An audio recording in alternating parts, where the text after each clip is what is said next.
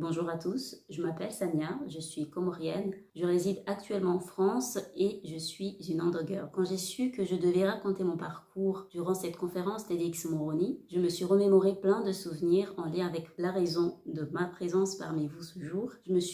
Je suis remontée jusqu'à ma tendre enfance et à l'époque, j'essayais de comprendre mon corps qui semblait déjà me dire que quelque chose n'allait pas bien. Il y a quelque temps, une personne de mon entourage m'a demandé « Pourquoi tu dis que tu es une andogirl et c'est quoi ton super pouvoir ?» Je suis restée abasourdie quelques instants et j'entendais encore cette personne qui me répétait « C'est quoi ton super pouvoir, Sania andogirl ?» Je me suis rendu compte qu'elle ne savait pas ce que c'était une andogirl et que dans sa tête, elle pensait que ce mot andogirl désignait une femme qui a une casquette d'entrepreneur ou chef de projet ou qui est patronne d'une société, comme s'il s'agissait d'un slogan de girl boss, alors que pas du tout. Le mot endogirl est une contraction de endométriose et girl, fille en anglais tout simplement, qui désigne donc une femme ou une fille atteinte d'endométriose. C'est une maladie gynécologique qui touche une femme sur 10 dans le monde, principalement en âge de procréer. Elle peut se manifester dès le début des premières règles, tout comme elle peut se déclencher plus tard jusqu'à la ménopause. Les symptômes les plus répandus de cette maladie endométriose sont très variés. Il y a les règles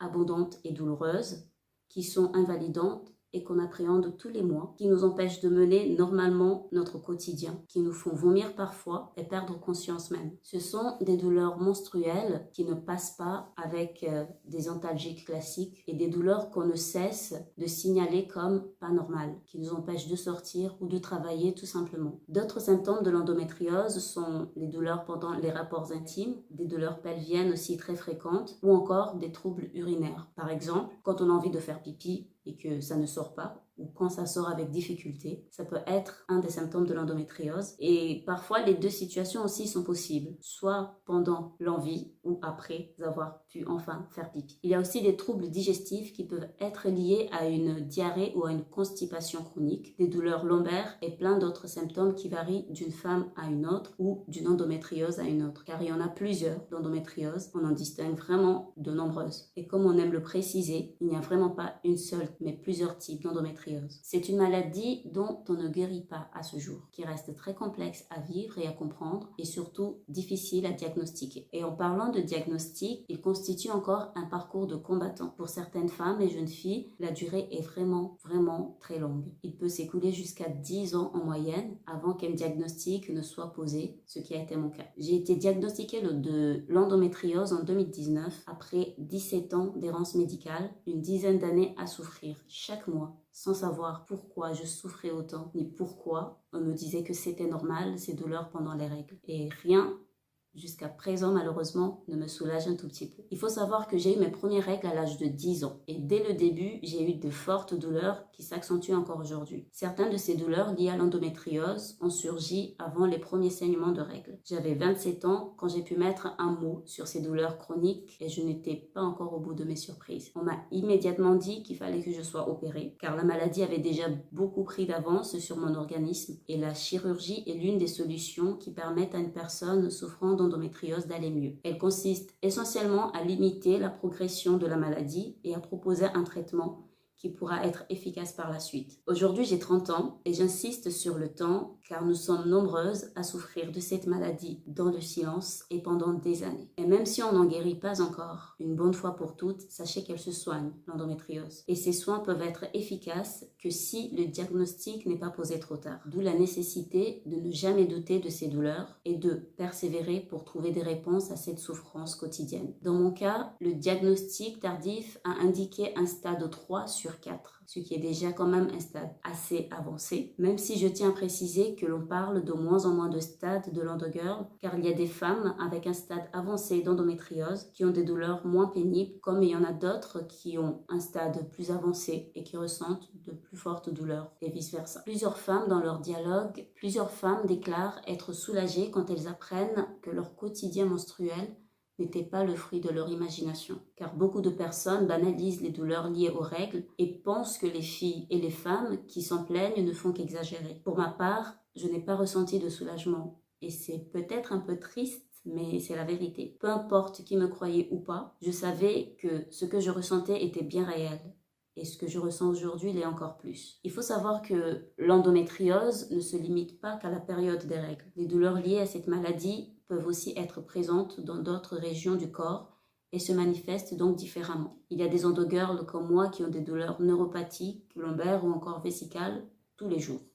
Le type d'endométriose que j'ai perturbe fortement mon corps d'endogirl, car elle menace aussi ma fertilité, qui est l'une des causes chez la femme. Et même si je fais partie de la minorité touchée par ce trouble, je garde beaucoup d'espoir et je me soigne surtout. Car il ne faut pas oublier qu'il y a quand même 65% de femmes endogirls qui arrivent à concevoir et qui sont très fertiles, et ça c'est magnifique. Moi qui ai toujours été une personne très active dans ma vie, autant scolaire que professionnelle et sociale, je peux vous dire qu'aujourd'hui, cette maladie a des conséquences énormes sur mon quotidien. Elle évoque chez moi une grosse fatigue chronique, souvent due aux nombreux traitements médicamenteux du quotidien, et les gens ne comprennent pas forcément à quel point cela peut être pesant comme routine. L'endométriose suscite beaucoup d'incompréhension autour de moi, car j'ai un suivi médical régulier et lourd, qui fait que je n'ai toujours pas le temps de sortir ou d'honorer mes invitations, et socialement, c'est très perturbant. Au travail, parfois, les interactions avec les collègues étaient de plus en plus limitées.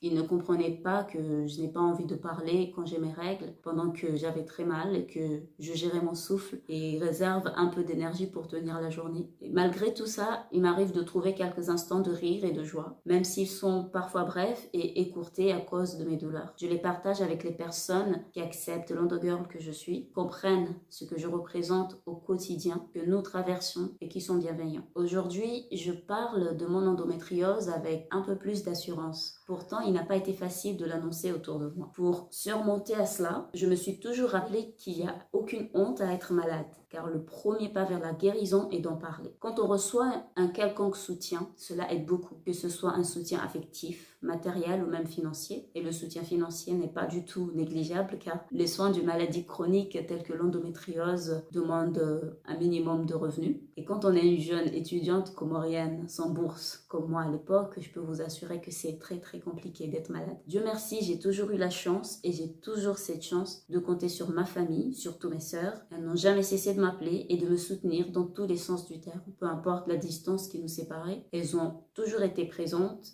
et à l'aboutissement du diagnostic et le sont encore aujourd'hui dans mon suivi médical.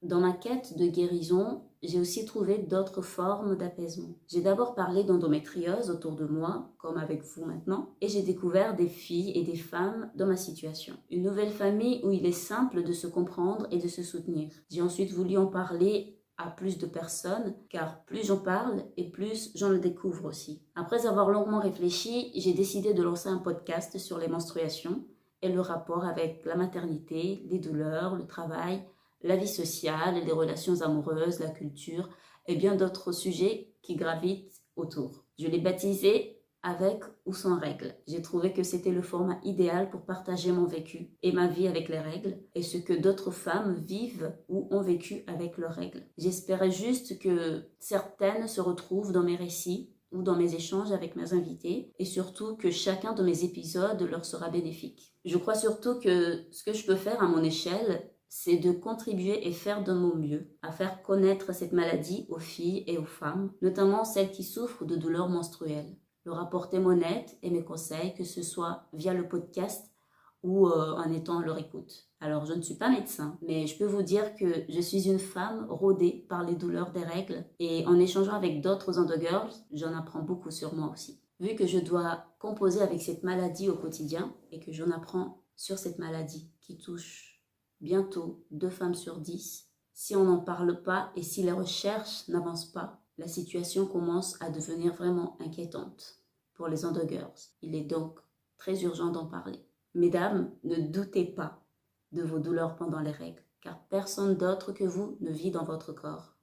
Si vous supportez ces douleurs, tant mieux. Mais s'il y a un quelconque doute, il faut en parler. Et si ce n'est pas l'endométriose, c'est probablement autre chose. Donc, il faut toujours s'assurer que tout va bien. Alors, nous allons continuer à en parler, comme aujourd'hui, pour que les choses changent, pour que les prochaines générations puissent mieux se faire soigner, être mieux accompagnées et bénéficier d'une meilleure prise en charge. Le chemin est peut-être long, mais c'est le chemin qu'il faut prendre. Et pour me motiver, je me répète souvent cette citation de l'écrivaine Rupi Kaur: « Je saigne chaque mois pour permettre à l'humanité d'exister. Personnellement, même si ce saignement est insupportable, j'apprends à vivre avec. Et avec tout ce que cette maladie m'a fait traverser, j'ai trouvé une autre réponse à cette personne qui me demandait quel était mon super pouvoir. Je suis une battante, courageuse, résiliente, comorienne et endogger. Et je vous remercie pour votre attention.